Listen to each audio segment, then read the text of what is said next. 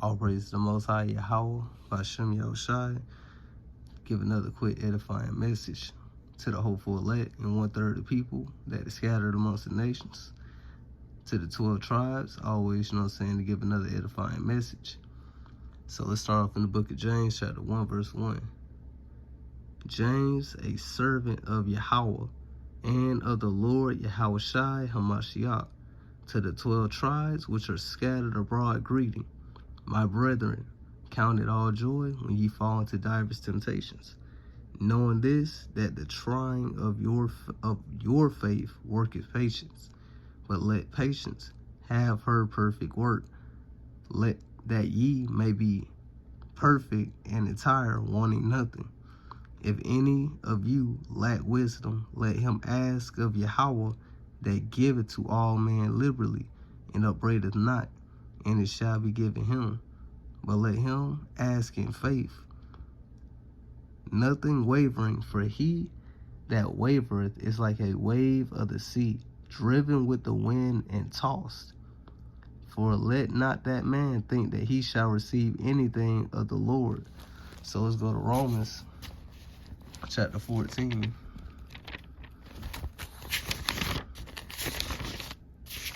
Romans chapter 14, verse number 22. This quick little precept. Romans 14, verse 22. Hast thou faith? Have it to thyself before Yahawah. Happy is he that condemneth not himself in that thing which he alloweth. And he that and he that doubteth is damned if he eat, because he eateth not of faith. For whatsoever is not of faith is sin. So he said, if you don't got faith, it is sin. So let's go to 1 John. Let's see what sin is. So this is 1 John chapter 3, verse 4. Whosoever committeth sin transgresseth also the law, for sin is the transgression of the law. So when it says in Romans that, guess what? If you are like a wavereth is like a wave of the sea, driven with the wind and tossed. So if you're asking the Most High for wisdom and you're doubting also at the same time, that's sin. Because you're not supposed to doubt the Most High, because you got to believe that he is who he says he is. A double-minded man is unstable in all his ways. Let the brother of low degree rejoice in that he is exalted, but the rich in that he is made low, because as the flower of the grass he shall pass away. For the sun is no sooner risen with a burning heat, but it withereth the grass, and the flower thereof falleth, and the grace of the fashion of it perisheth. So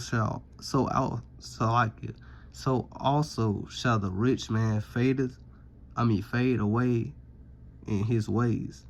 Blessed is the man that endureth temptation, for when he is tried, he shall receive the crown of life, which the Lord hath promised to them that love him. Let no man say when he is tempted, I am tempted of Yahawah, for Yahawah cannot be tempted with evil, neither tempteth he any man. But every man is tempted when he is drawn away of his own lust and enticed. So let's see what lust is according to the Bible. So this is the book of Romans, chapter 7, verse 7. What shall we say then? Is the law sin? God forbid. Nay, I had not known sin but by the law, for I had not known lust, except the law has said, thou shalt not covet. So let's go to the law. What is brother Paul talking about when he says he has not known lust? When it says thou shalt not covet. Let's see. Yeah, right here. Exodus chapter 20, verse 17. Thou shalt not covet thy neighbor's house. Thou shalt not covet thy neighbor's wife, nor his manservant, nor his maidservant, nor his ox, nor his ass, nor anything that is thy neighbor's. So when he says, I have not known lust, except in the law, Brother Paul is talking about in the 10 Commandments when it says, guess what? Coveting. So let's keep going. Then when lust hath conceived, it bringeth forth sin, because sin is the breaking of Yahweh's commandments.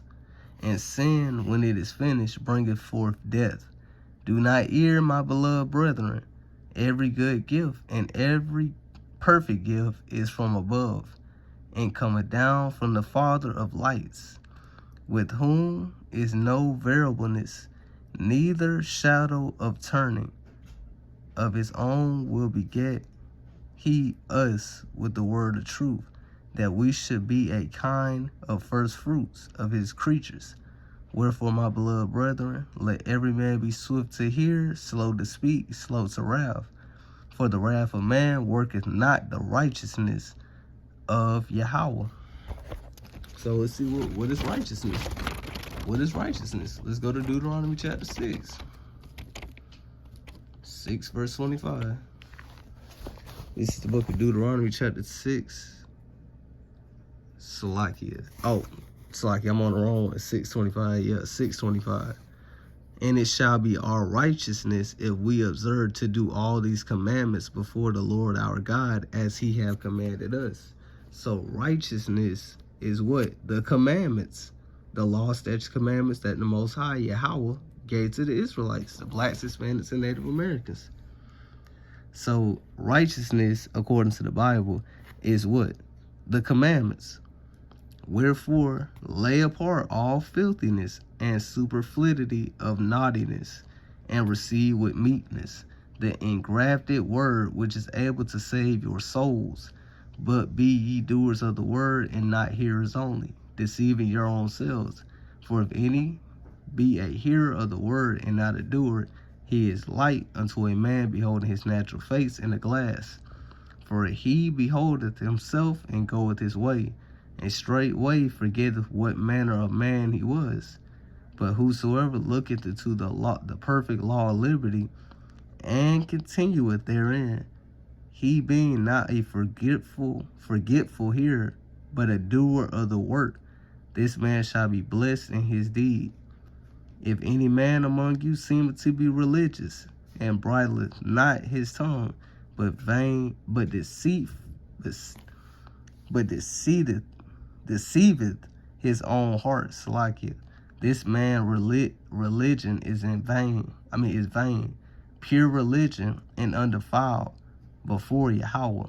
And the Father is this, to visit the fatherless and widows in their affliction, and to keep himself unspotted from the world.